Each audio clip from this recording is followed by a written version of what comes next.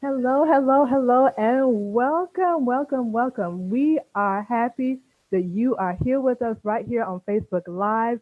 We're here on this Monday night sharing in the Pain in the Pews Mental Health and Ministry series that we're doing every Monday night at 7 o'clock p.m. This has been a definite God sent event where we are sharing with the public, with those that are viewing, those who are following us here on Facebook, some inspiration, some strength, some strategies, some information. We want to be a voice for you, and tonight is no different. Tonight, I'm honored to be joined by my sister in ministry. We're going to be talking about some things that we have coming up and some great things that we are collaborating on, and even some things that we've collaborated on in the past. But right now, the topic at hand is something that is very necessary, something that is prevalent and relevant right now. So as you're coming on, we want you to go ahead and share. We want you to go ahead and like. We want you to make sure that you are engaged. And if you have questions or comments, we definitely want to hear from you. And we welcome you. I am Chelselia Payne, founder of Pain and Glory Incorporated, and we are excited to have you here. I'm blessed and honored to have with me my sister and my friend, Miss Vanessa Abram. Vanessa is actually she is the CEO and visionary of Self Discovery, Pain, Positioning, and Purpose.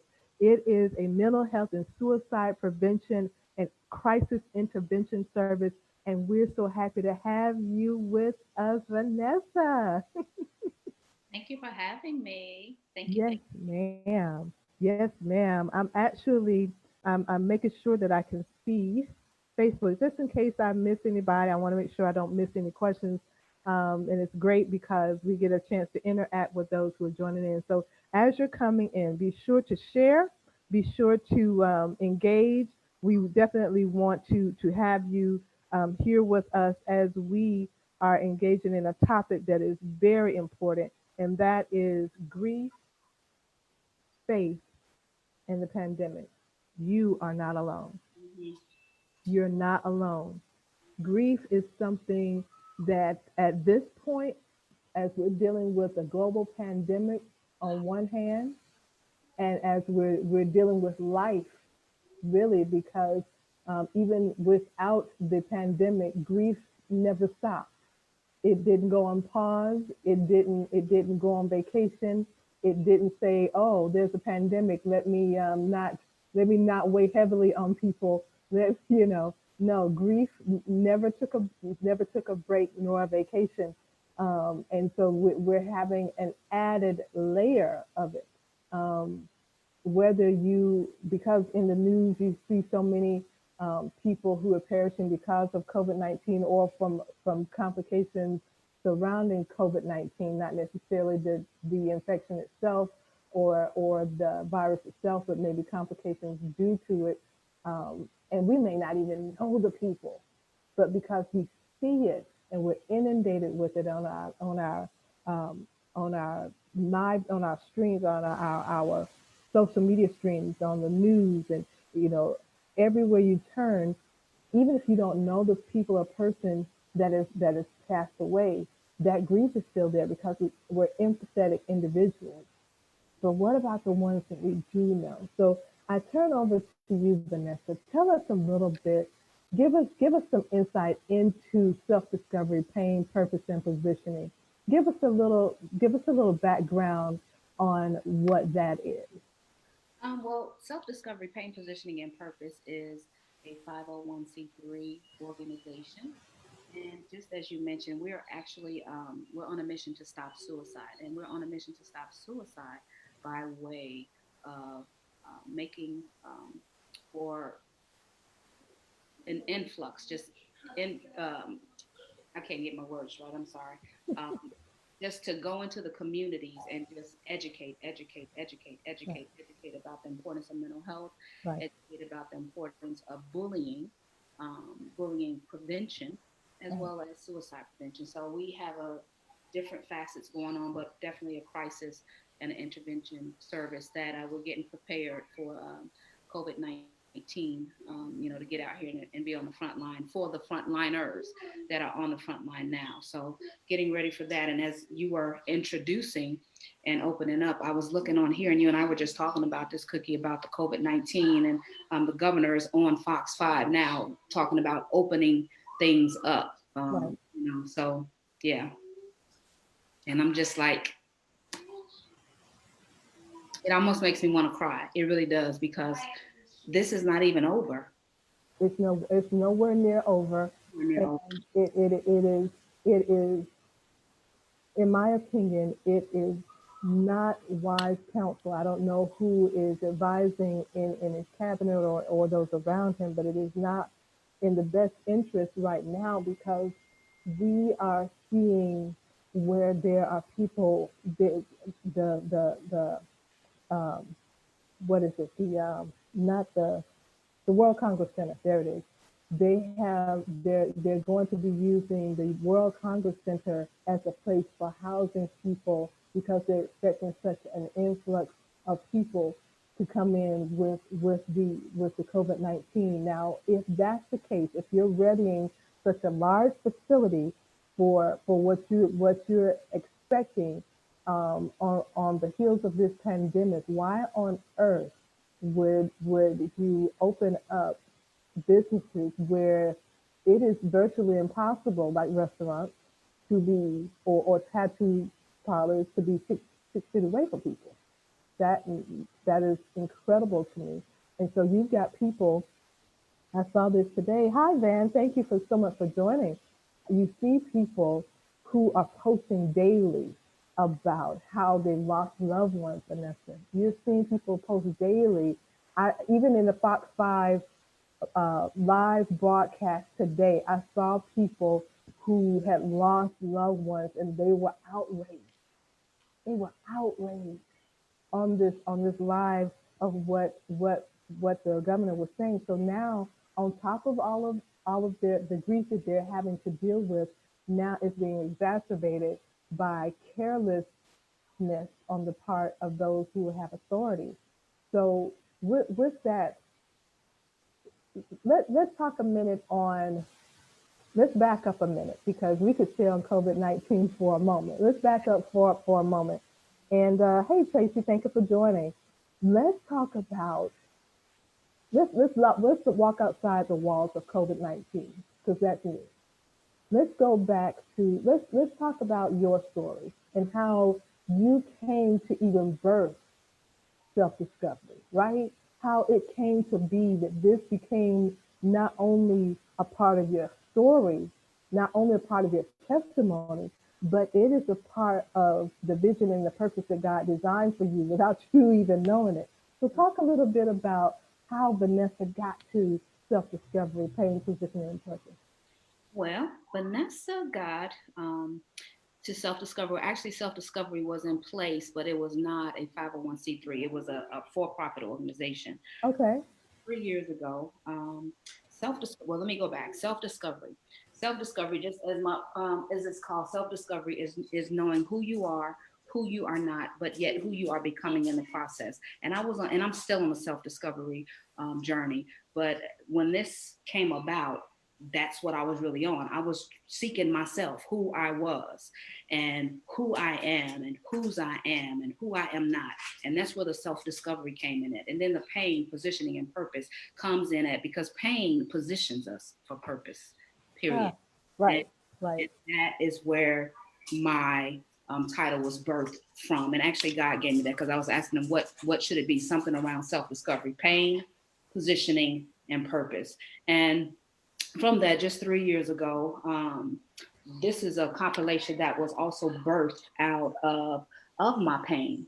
And this is the Valley of Transfiguration, 40 days with God in my grief. God had me to write this right when, in the moment I was grieving. And 3 years ago, my older brother, which was a decorated veteran, and I don't have, well, yeah, I do have a picture. I have a picture in our book. Um, my older brother, which was a decorated Army veteran, passed away by suicide. And this is a picture of him. That's what I was looking for, a picture. Actually, this is his daughter as well. But looks like we're frozen. But he was a decorated Army veteran, and that thing just really tore me up. And I'm still, each day is a different day. And I see my therapist, I take my medication, I see my psychiatrist, and that that thing right there. And I have to be honest with you, Cookie, that was actually designed by the enemy to take me out. And we know Romans 8:28 says, we know what that says, but God worked it out for my good. And that working out for my good was the birthing of what you all see now is the traveling, the touring, making sure my ultimate goal every day is I want to, if I can just touch one person, my living is not in vain. If I touch more, that would be great. But if I can help at least one person every day of my life, my living is not in vain. So I don't want other people to have to go through what I went through as it relates to suicide. And I too am a suicide survivor. So I know all too well what it feels like to be hopeless. I'll know all too well. My last attempt was 10 years ago when my mother passed. Grief is a trigger for me. Mm-hmm. So Mm-hmm. I'm learning these things, and then I'm also learning some coping strategies as well when death happens. So grief for me is truly, and actually, one of my diagnoses is complex grief disorder. Wow. Yeah, Wow. yeah, and Wow. and as I said, it's something about death. It just really my last attempt was 10 years ago, but then when my brother passed by suicide, my mother passed by being sick, and she lived a good life.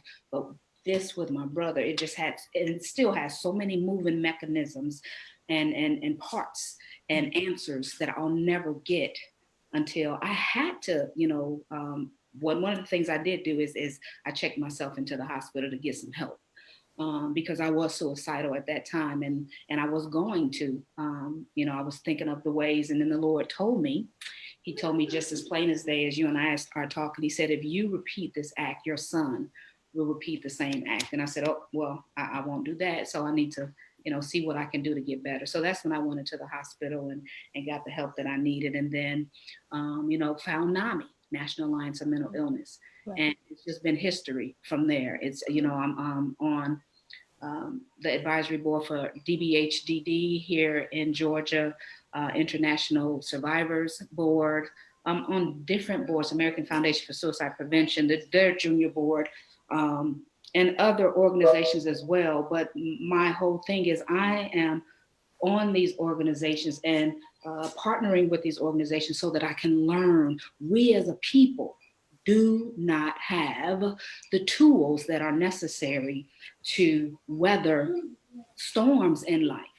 Right, right. And so you said something a moment ago, Vanessa. Well, you said a few things that I really, I don't want to miss out on. I definitely want to hone in on and drive in. And those that are joining on, thank you so much for joining on. Be sure to share. Be sure if you have questions or comments, be sure to do so. You said something a moment ago. You said about coping, and there were tools that you used to cope because you realized that there were triggers that that you experienced. So just a few. Give us some of the things that you use that you find to be helpful to you as pertains to the tools for coping, and then I'll share a little bit of mine as well, and my story. But I like the fact that you talked about, yes, I went through this and I experienced this with my mother and my brother, and I know what I was going through, but through medication, therapy, and the things that I have put in place, I also have tools. So if you wouldn't mind, just talk a little bit about the tools that you use. Sure, absolutely. And just so the audience will know, there are 5 stages of grief. And these 5 stages of grief are by Elizabeth Kubler-Ross. So you can look her up. The 5 stages is denial, anger, bargaining, depression, and acceptance. And any one of these stages, they don't come in an order. You don't go They through don't. in a certain order, They but don't. you do go through these. Yeah. And for me, some of the coping strategies for me was definitely attending group. It was a must for me to attend group therapy. I'm definitely to see my psychiatrist, um, taking my meds. I am on two medications, one for my depression and one should I need one to help me sleep. But lately I haven't been having to take that, so that's great. So I just take my one pill for depression, and some other things that I learned during during my pain is that hurt people, Oh and yeah. heal people. Oh yeah. Oh yeah. And I wasn't quite ready to get out there yet in the field. So I had to, go keep doing my therapy and healing and healing. So I got to a place where I was okay. I felt pretty okay enough to get out here and begin to serve in the field. So what really and truly helps me is my prayer and worship. Yes. Prayer and worship first and foremost. My relationship with Christ, my heavenly Father, the Holy Spirit, my faith, my hope, and NAMI. I have to say is what saved my life, my support system. Right. Simply because NAMI, National Alliance of Mental Illness, with them, I am a certified speaker and a teacher. They even send me over to Nationals, which is in Virginia, for training to do additional work. So, um, serving Cookie is so important to me. It's so important to me. And what I have learned is serving for me. If I'm not serving, I will die. Right. And I learned that. I learned this the hard way. I learned that last year when we were on tour, but then it was some downtime where I didn't have any speaking engagements. And I'm like, okay, Lord, I'm feeling like I'm getting depressed. And he said, well, do you know why? And I said, no, I don't. He said, well, when is the last time that you spoke or you served? I said, oh my God. And that's Right. when I learned serving, it helps to heal me. Oh my gosh, I love, and I never thought in a million years I would say this, but I love to serve others. And as much pain that this has brought me with my brother's death, and every time that I speak or teach or whatever it is, um, I'm always reminded why I'm doing that. It's because of his death. It's like God has also shared with me that Vanessa, this will be your thorn in your side. So you will never become puffed up in pride and think that you got yourself here. It was because of him and me surrendering to him to get me to that place. So those are the things that really, really matter most for me is serving. I serve the homeless population. I serve young teens, pregnant moms. I serve, I mean, just the indigent population, LBGTQ. I mean, you name it, I'm going to serve. And because I asked God, this is what I said, because I was Cookie. I just don't, it was nothing but the grace of God. Because as I was writing this, I just didn't know how I would come out. I didn't know. And I'm like, and I asked God, I said, Father, if you get me out of this, if you help to get me out of this and grow me through this thing, I will go to the ends of the earth to share Christ with everybody, to let them know who brought me out. And not only that, to let them know that I'm a miracle. Because when I attempted 10 years ago, when I woke up in the hospital, a day later, they said that I was a miracle. They said that because of my lungs, because of what I took, that people usually perish and that I was a miracle. So, it's unfortunate that I know what it's like to be hopeless and in the dark, but then at the same time, I also know what it feels like to lose someone to suicide. So, serving is very, very critical for me. I want to make sure that you don't have to go through what I go through, or the next person that doesn't, the next person that I talk to, or the person that's listening Right. have to go through what I went through. But the key of the matter is that you have to take action. You cannot heal what you're not willing to confront. Right. Right. You can. Right.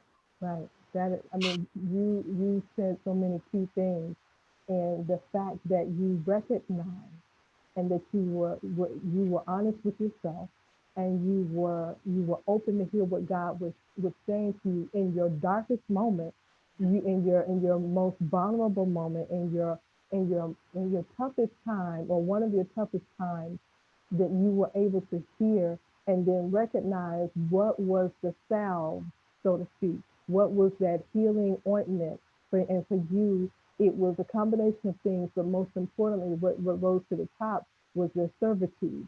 You giving back was your therapy back to yourself during the roughest times, and not even and obviously not even in the roughest times, in the times where God just needs you to serve, to be a blessing to others.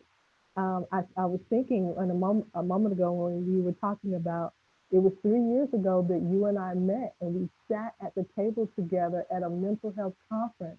And it was right after you were telling me about what happened to your brother. And the person that I'm looking at now, as beautiful as you are now, this beautiful woman who was sitting next to me was beautiful then, but was beautifully broken. And we were sitting at the table together, and I could almost tangibly feel. Didn't know you from Adam's house cat, but we began to talk, and we sat at the table together, and it was meant to be. Fast forward, not even a year, no, it wasn't even a year. I had you on, and what we were doing a Facebook Live like we're doing right now, and you were talking about grief, and because it was a necessary conversation that we needed to have then, because it's so grief people there's so much, especially in our community. Let's be honest. I mean, I'm not negating anybody else's experience or anything like that. Please don't misunderstand me. Hey, Pastor Shonda, so glad to see you. But in our community, we deal with death so differently, or we don't deal with it. We don't deal with it. And so when we like I said, it wasn't a whole year later. You were on with me, and you were discussing grief, and you gave some great examples, and you were talking to us about your lived experience, and you were talking about the book, and you were talking about how God was using you to be a blessing to others. And at the time, I don't remember. I don't think you were touring at the time that we did that. Little did I know that October 14, 2018, almost 2 years after, a year and a half after you and I met, Mm-hmm. is when the biggest blow, all of the air was sucked out of the entire atmosphere for me when my best friend went in the hospital one day, and 9 days later she passed away. Mm, And we have been best friends for 36 years, a little over, right at 36 years or a little more. And we were so close that when her health began to decline, she was in a whole different city. She was in she was in Columbus, Georgia. I'm here in Atlanta. When her health began to decline, I began to feel it, and I didn't know what was going on with me. When she began to, when she was when things were happening to her body, mm-hmm. I felt it. And I remember, I remember the date. I remember just about pretty much the time of day it was. But I remember the date, and was, I just felt her leaving. This wasn't the day she passed. It wasn't the day she passed, but I felt her leaving. And I screamed and I cried and I pleaded with God.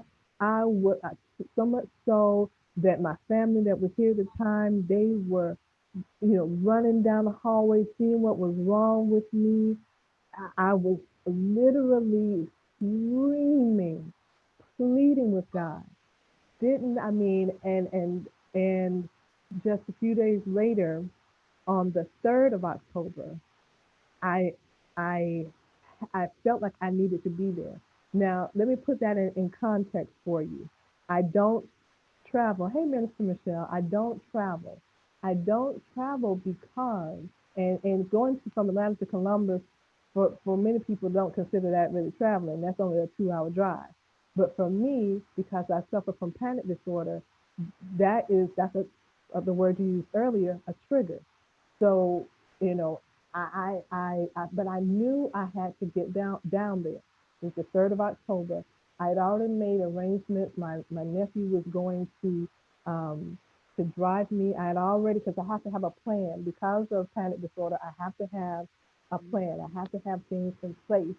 Otherwise, there's a whole lot of things that's going on. And if you want to know what those things are, you'll have to get the book we're going to talk about later. Anyway, so my nephew was going to pick me up, and I called him that morning, could not get him on the phone, and which was so unusual. Could not get him on the phone, could not get him on the phone, and I knew I had to get on the road early because her doctor, there were certain things that were happening throughout the morning, so you had to get in that pocket of time. Otherwise, no visitors were allowed. I wound up, Vanessa, having Can to you drive. can you Can, still see? yeah, uh-huh, All right. yep. I wound up having to drive myself, Mm, by myself, down there. Something I'd never done, period. Never done. Traffic was unbelievably light. Unbelievably. I get down there. No, let me go back. I went down there the day after I had that meltdown. So that the on September 26th, I again, like I said, I was screaming, screaming so much that I thought I was gonna faint because you know how I don't know if you've experienced the moment you're about to faint, you see the colors and your head is that's mm-hmm, where I was. mm-hmm, September 27th is the day I drove down there. I apologize. September 27th, I felt the need to go down there. I called my job. I said I need to, and they let me go. Okay, go down there, and she's connected to every tube imaginable.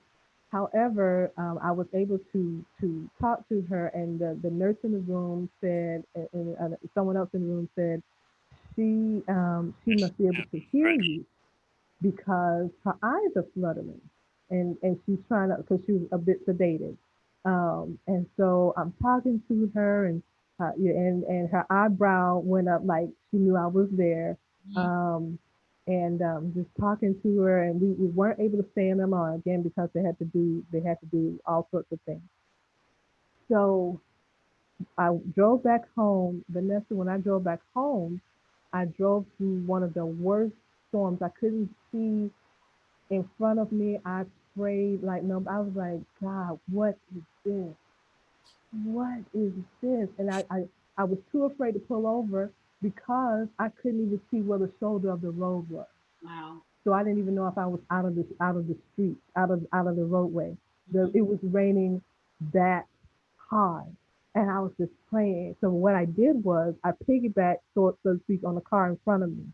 I kind of stayed with them until they sped up, and I couldn't even see them anymore. And I was like, God, you gotta bring me out of this. And I was like, I'm not gonna have a panic attack. I'm not gonna. Fast forward until October. Got home safely. Everything obviously fine.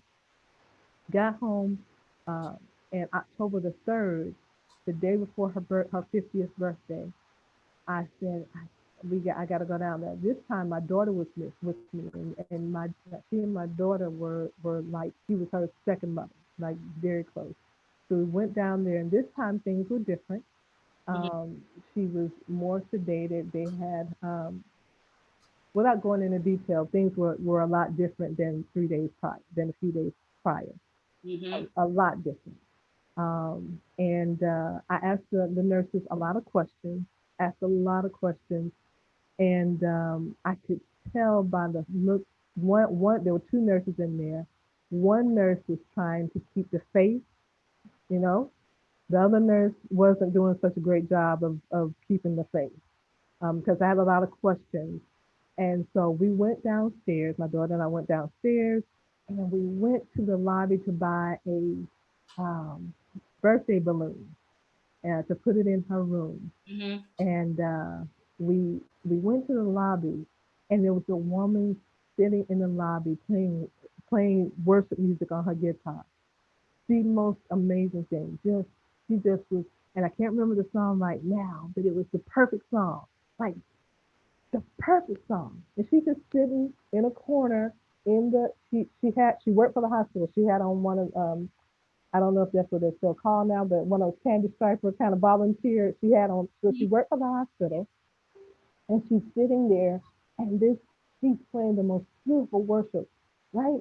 So we go and buy the balloon, and we leave. We buy a purple balloon because it was our favorite color, and we go upstairs, and we ask the nurse at the nurse station if we could have a sticky note so that we could write. So when she woke up, she would know it was from us. And the nurse reaches in the drawer and pulls out a purple sticky note.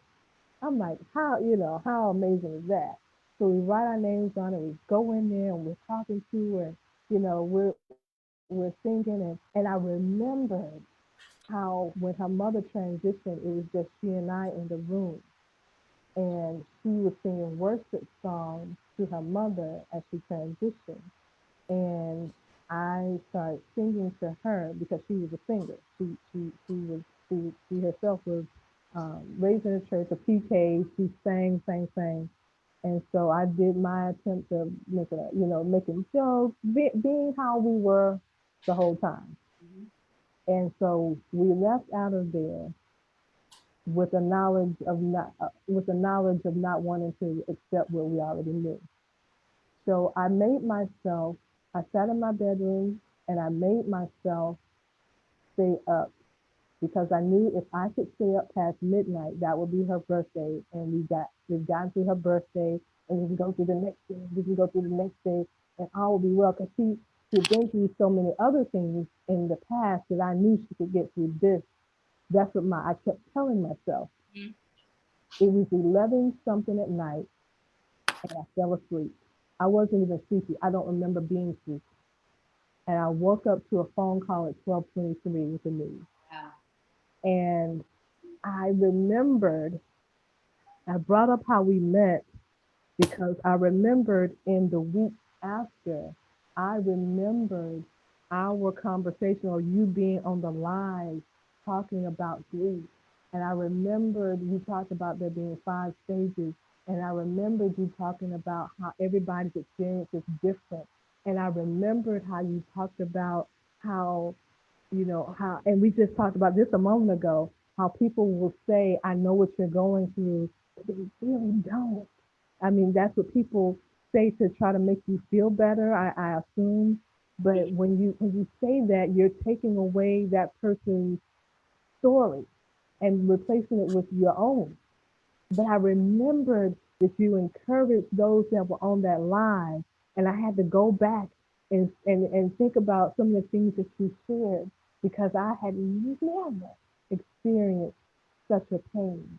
And then I began to think about her because, like I said, she was in the room. It was only she and I in the room when her mother transitioned, and she was her mother's only child. She was adopted. She was her mother's only child, and when her mother transitioned, oh, it was rough.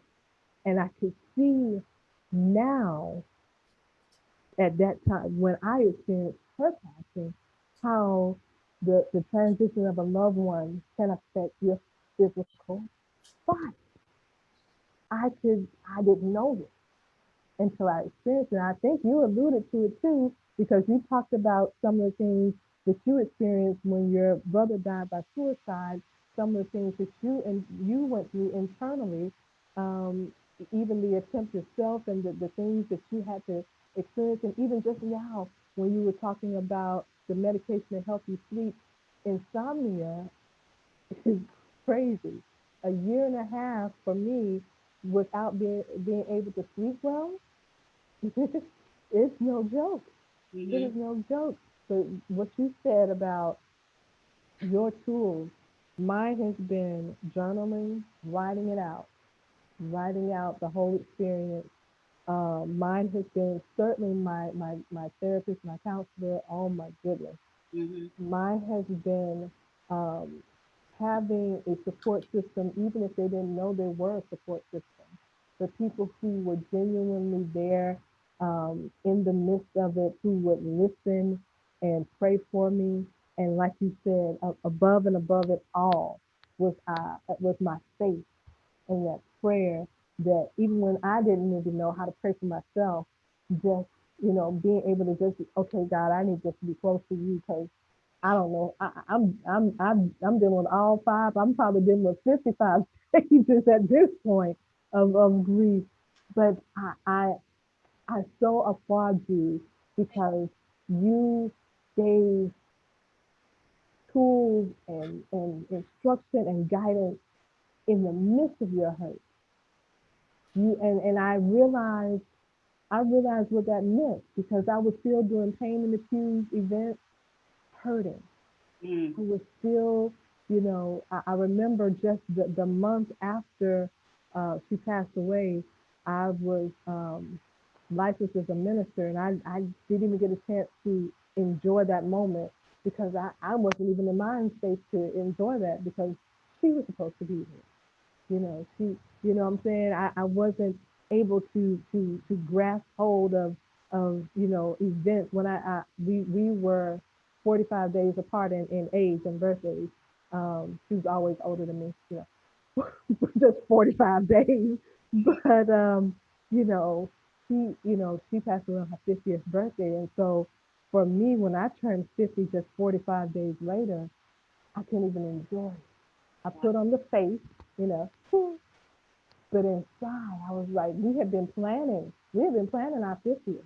We Mm-hmm. had been planning it for about a year and a half prior. She was thinking of all these crazy things she knew I would never do, but we were, and then, you know, I couldn't even enjoy it, Yeah.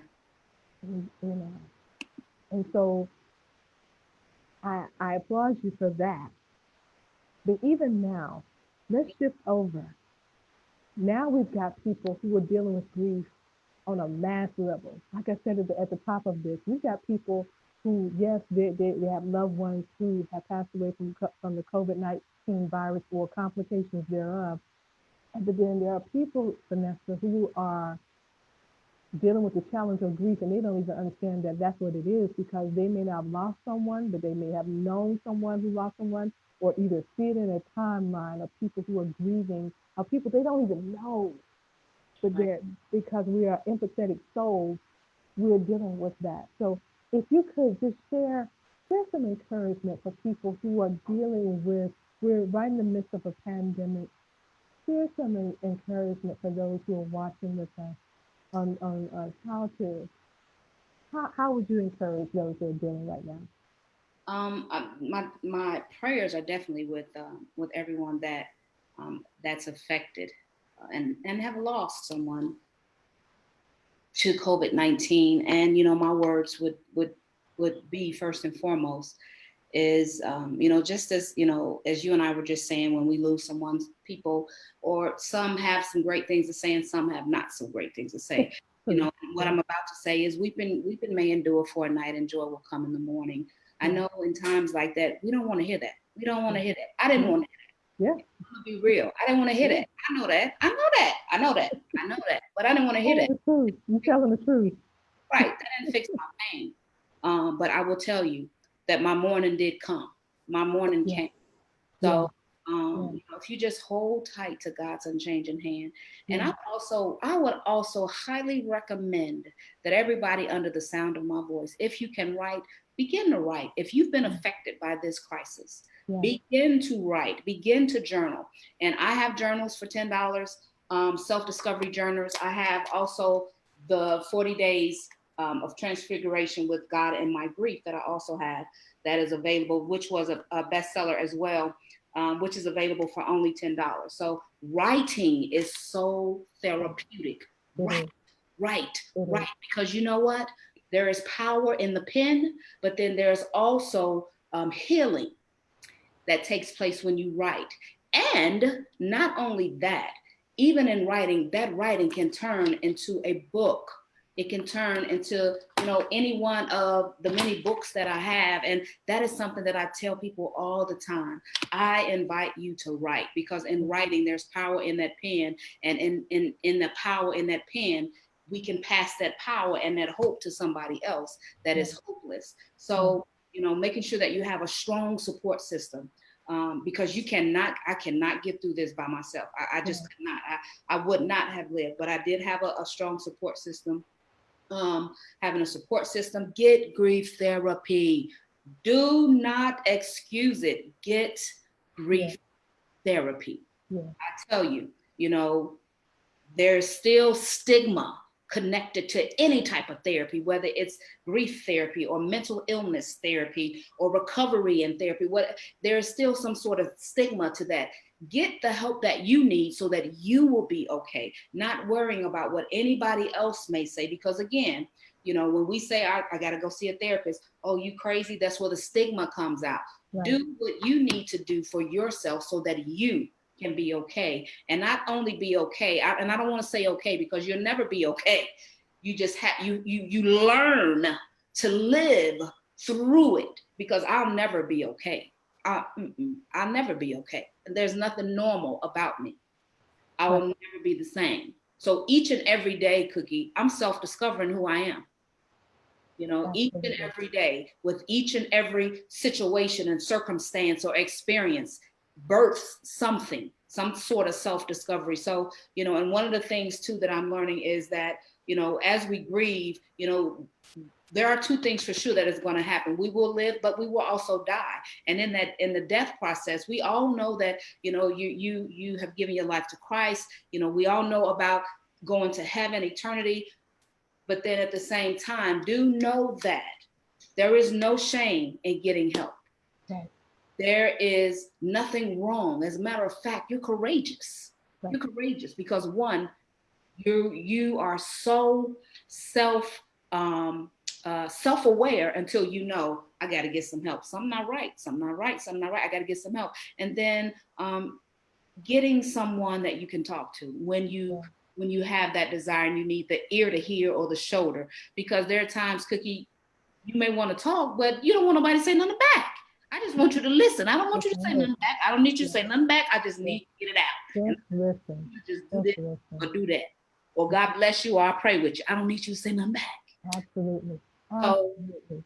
you know, Absolutely. those are some of the things that I am discovering about myself. And, and I'm going to attach this to COVID-19. With this isolation, us being arrested by the staying at home orders, people say, I'm so bored, I'm this. Okay, this is a time where we can reinvent ourselves, right? God has given all of us God-given gifts, talents, and abilities.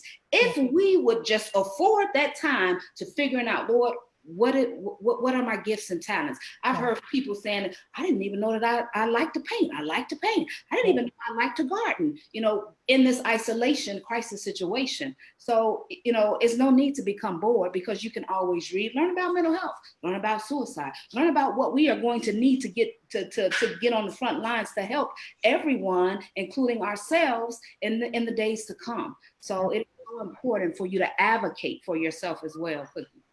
Advocating Absolutely. for yourself, in the grief moment, because as you said earlier, everybody don't, stop to grieve. The world does not really look at grief like that. People, you bury somebody, they going on to the next. I can't do Right. that. I can't act like No. that didn't happen. No. I gotta stop and I gotta process some stuff. Right. Exactly.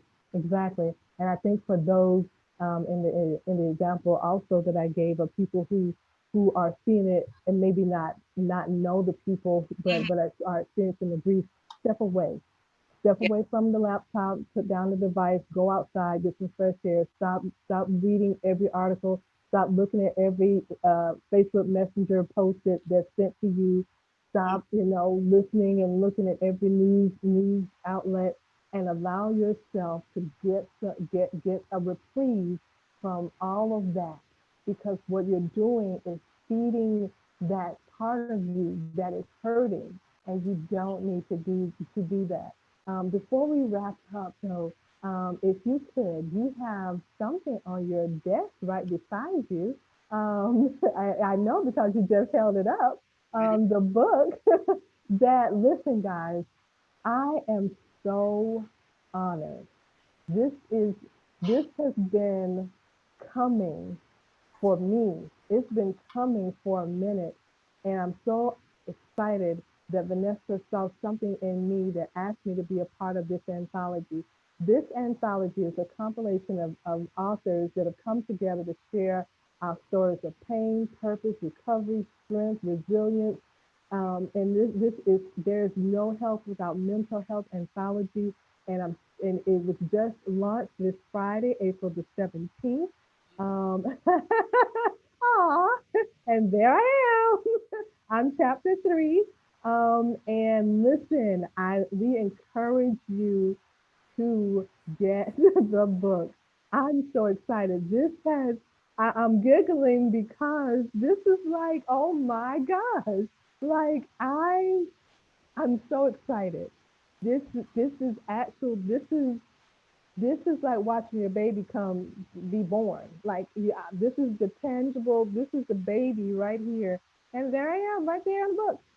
So we encourage you to get your copy. The ebook is available now. The hard copy, the actual physical book, will be available very soon. So you can pre-order. But Vanessa, if you could tell people how they can, and we'll have the link here, how they can. Order. Yes. Yeah, absolutely. So, Volume 2, Series 1, There is No Health Without Mental Health, The Voices Behind Mental Illness. And we have our co author, and we're going to claim bestseller status now. There's Yes. no health without mental health awareness, no silence, no shame, no suicide, no stigma. And the co authors is Dominique Davison, which is my niece, which is my brother's daughter, Unico Tong, Roz Knighton Warfield, Shantae Cotty Washington, English Walker, Brent Wolfskill, Angela Washington, Nadine Burton, Chelsea Payne, and myself, of course, is the visionary. These can be purchased, and I want you to give you give your information right now. The dollar sale will be going off today, but if you go ahead and get the Kindle, you can go ahead and get the Kindle between now and midnight, and then tomorrow it'll go up to the full price, of which this is $10. This is a color, my first actual color anthology, which is so wonderful. So wonderful, so wonderful, so wonderful. The pictures and things in here were so beautiful. Look at Cookie's picture. The pictures were so wonderful until, I'm like, I really want to try doing this by way of color. So that's what we did this time, is we did some color, and it's beautiful. So the hardback cover should be released. I'm thinking towards the end of the week, but definitely they will be ready by Monday. And you can order. What you can do, you can give them your information so they can order it from you. Excellent. And what I'm doing now is I'm right now in the thread. I'm putting the link to get the ebook in the thread right now. Okay. Um, I'm doing that right now so that That'll you be up guys. until midnight, so that you guys still can get your ebooks, get your Yep. Kindles, get your Yep. Kindle. And I just put it in there, and those who want to pre-order, I will put my information in here. You can email me at cpain@painandglory.com. Don't worry if you don't remember that. I'll put that in here. But we're super excited. Let me tell you why. Because this is not fiction. This is our lived experiences. This and for my part, um, I share some things in my on mine that I've never said to anyone publicly ever. And writing it was not only cathartic, it was scary, it was daunting, it was exhilarating, it was wonderful. Because I have no problem writing my journal, but when I actually wrote this for other people to see, Mhm. Jesus, Yeah, it yeah. was a challenge. Also, But you we kind of go encourage, through it's like a cleansing yes, process, if oh you. yes, oh yes, Yeah. oh yes. So I encourage you guys, if you have not already gotten your ebook, like Vanessa just said, you can get the ebook today for $1. Can you believe that? I mean, really, go ahead and tell everybody, get the ebook tonight for $1. After tonight, the ebook is going to go up, and of course, the hardback version is going to be a little bit more. But why wait? Get your ebook tonight. Get it right now. The link is right there. And we want you to be a part of this movement. And I want you to read my story. I want you to read it, and we definitely, once you get it, let me know you've gotten it, but most importantly, leave a review.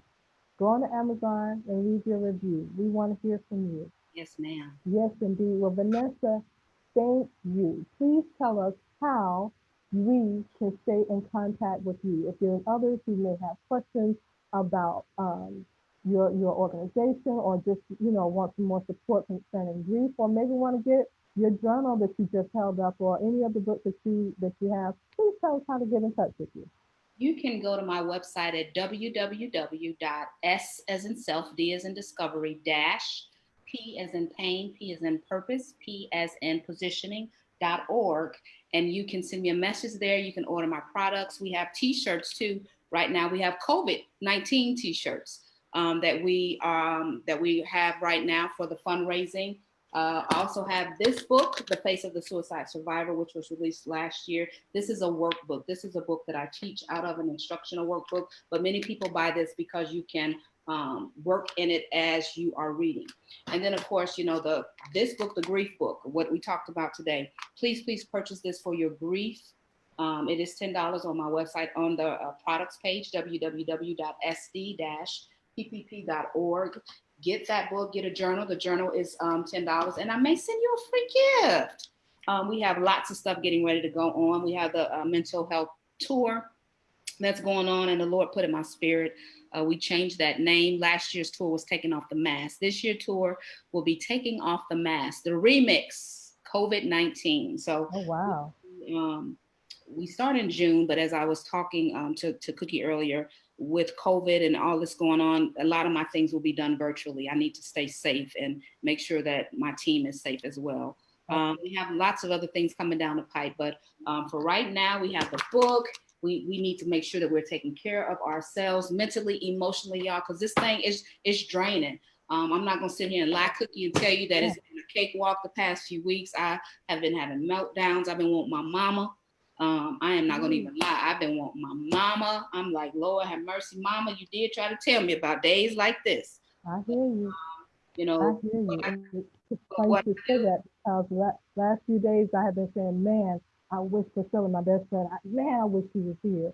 yeah, Man, these last, on the launch day, he yeah. would have been like the first person, like, Yes, girl. yeah. So I totally get it. But to God be the glory for Amen. all of this, because nothing is by happy chance. The fact that you and I are connected is not by happy chance. The fact that this anthology is birthed now, this anthology didn't come out in Yes, February or January or December or November of last year. This anthology came out now in the midst of the time when it's needed. So I thank you so much, not only for being a friend, but for being a visionary, for being a woman of faith, for being a woman of God, for trusting God throughout the whole process. And yes, thank you for being on tonight with me on Facebook Live to share about grief, faith, and the yes. pandemic. Thank you for having me. Thank And thank you all for joining in. I see on Facebook. Thank you all for joining in. Be sure to share so that others in your network can see the replay, because we all know that there's someone that is dealing with grief, and we want them to know that they are not alone. you. So Yes, with that being said, listen, don't forget, grab the ebook tonight before midnight. Grab that ebook for $1. The link is there. Oh my gosh, we're super excited. Be sure to keep your loved ones safe. Be sure to practice safe distance, social distancing.